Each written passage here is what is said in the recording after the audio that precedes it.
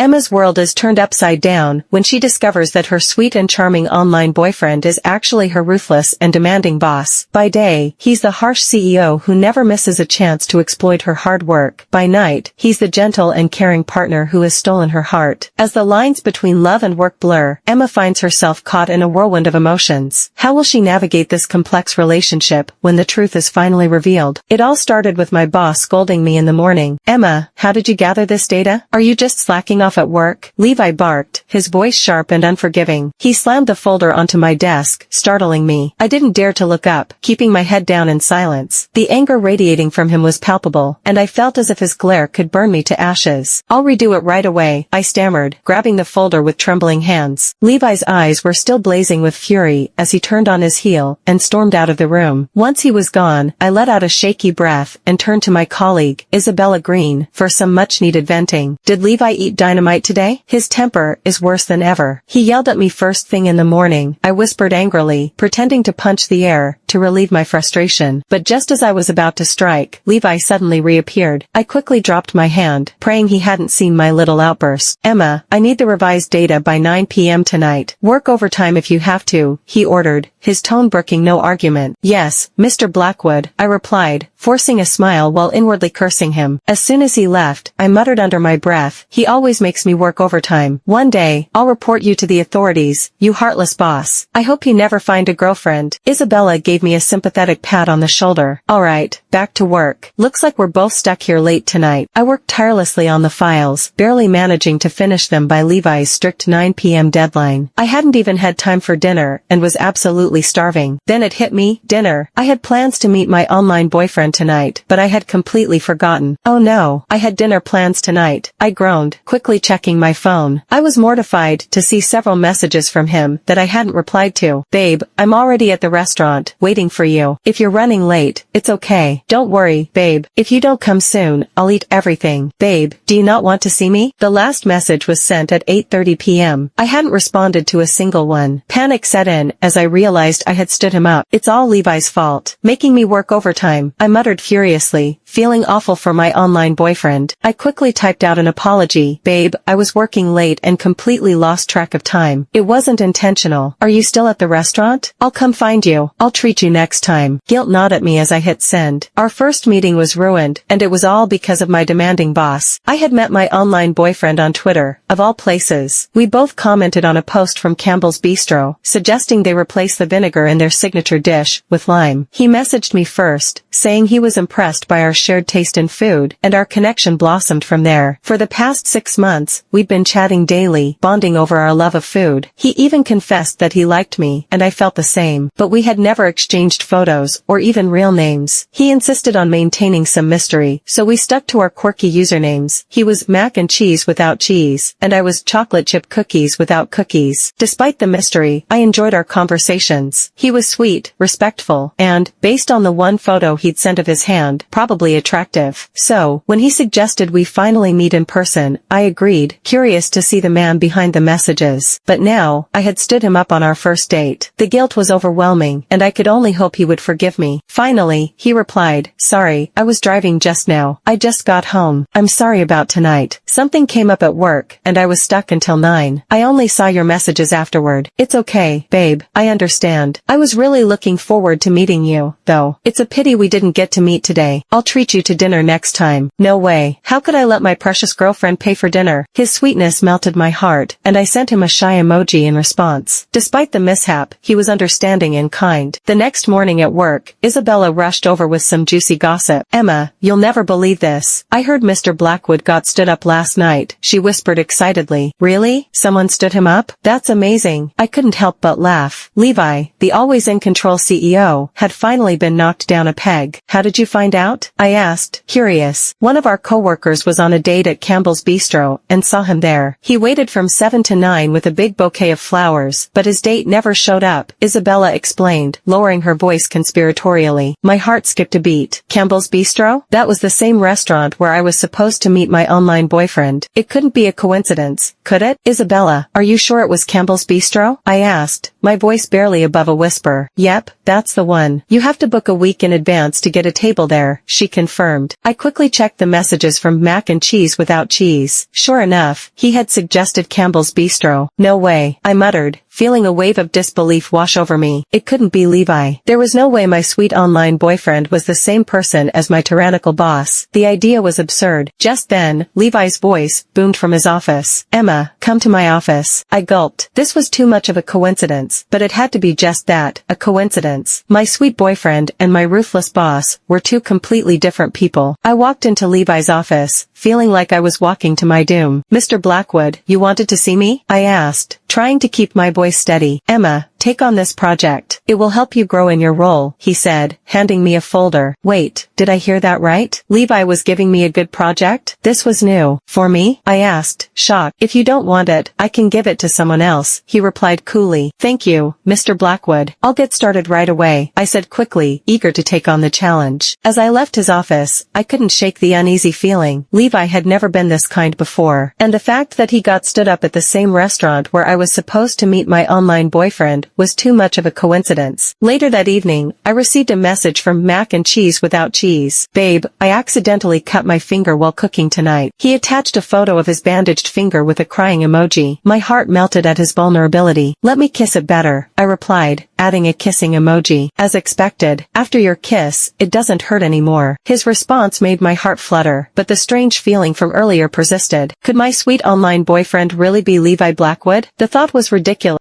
Search 123671 on Novel Short to read book for free.